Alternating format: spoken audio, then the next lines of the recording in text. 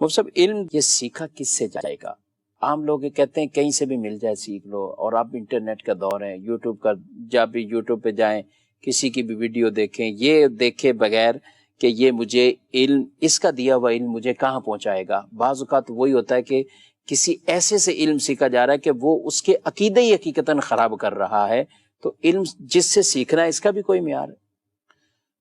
حدیث پاک میں ہے کہ تم یہ دیکھو کہ کس سے علم حاصل کر رہے ہو، اس کو دیکھو تو اس کو دیکھ لو۔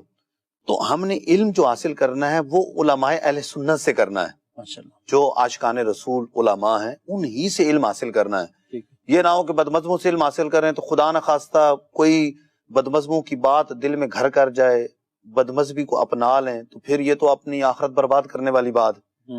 تو بدمزموں سے پڑھنا ایمان کے لیے زہر قاتل۔ اعلیٰ حضرت امام علیہ سنت رحمۃ اللہ تعالیٰ نے فتاوی رضویہ شریف کے اندر کئی مقامات پہ صراحت فرمائی ہے کہ بدمزموں سے علم حاصل کرنا حرام ہے، ان کے بیانات سننا، ان سے علم حاصل کرنا جس کا مذہب درست نہیں ہے، یہ جائز نہیں ہے۔ امام ابن سیرین، ہم کہیں کہ چلو سبھی سے سیکھتے ہیں، سب سے پوچھتے ہیں، جو بات ہمیں اچھی لگے گی وہ لے لیں گے۔ جی امام المعبرین، اجل تابعین میں سے، بالکل، بہت امام بڑے ابن عالم، سین رحمۃ اللہ تعالی علیہ، بہت بڑے عالم۔ تو ان کے پاس ایک بدمذہب آ گیا، کہنے لگا کہ قرآن سنانا ہے، آپ نے رخ پھیر لیا۔ دوسری طرف سے آ گیا، قرآن سنانا ہے، آپ نے چہرہ پھیر لیا۔ تیسری طرف سے آیا، بالآخر وہ چلا گیا۔ تو بعد میں کسی نے پوچھا کہ قرآن سنا رہا تھا، یہ قرآن سنا رہا تھا، آپ نے سن لینا چاہیے تھا۔ فرمانے لگے، بڑی پیاری بات کی، یہ قرآن پڑھتا اور تشریح اپنی طرف سے کرتا، تفسیر اپنی طرف سے کرتا، اور ہے یہ بدمذہب، اس کی بات میرے دل میں گھر کر جاتی تو یہ نہ ہوتا کہ میری آخرت برباد ہو جاتی، میرا ایمان برباد ہو جاتا۔ وہ اتنے بڑے امام ہو کر احتیاط کریں، اور ہمیں کچھ معلوم نہیں، اور ہم کہیں کہ ہم نے سب کو سننا ہے، اس کو سننا ہے، اس کو سننا ہے، اس کو سننا ہے، اور پھر بعد میں وسوسے پیدا ہو جاتے ہیں۔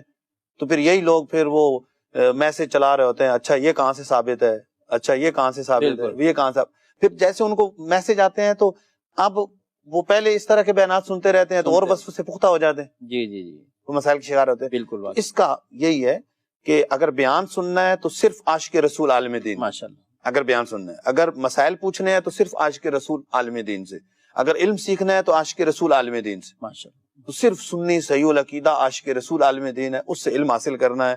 بدمزموں سے علم حاصل نہیں کرنا، ان کے بیان نہیں سننے، ان کی تقریر نہیں سننے، ان کی تحریر نہیں پڑھنی ہے تو صرف سنی صحیح العقیدہ عاشق رسول عالم